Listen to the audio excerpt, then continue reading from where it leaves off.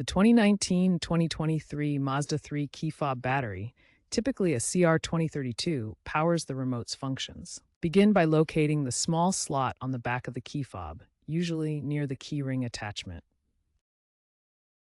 Insert a small flathead screwdriver or a coin into the slot and gently pry the case open. Avoid using excessive force to prevent cracking the plastic. Once open, carefully remove the old CR2032 battery, noting the correct orientation, plus side facing up. Wearing gloves can prevent corrosion from fingerprints.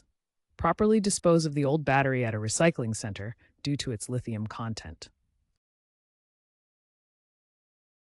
Now with the key fob open and the old battery removed, we'll install the new battery. Ensure the battery sits firmly in place for proper contact. Reassemble the key fob by snapping the two halves back together securely.